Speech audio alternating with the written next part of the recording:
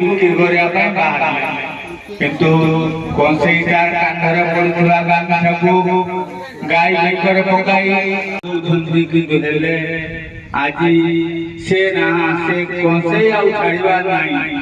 ଟାଣି ଦ୍ୱାରରେ ବସି ଆଖିରୁ ଲୋତକଦାର ଭାସି ଯାଉଛି କିନ୍ତୁ ହେଲେ ଉପାୟ କଣ? ଅଭାବରେ ନିର୍ଗୁଣ ଶାସକ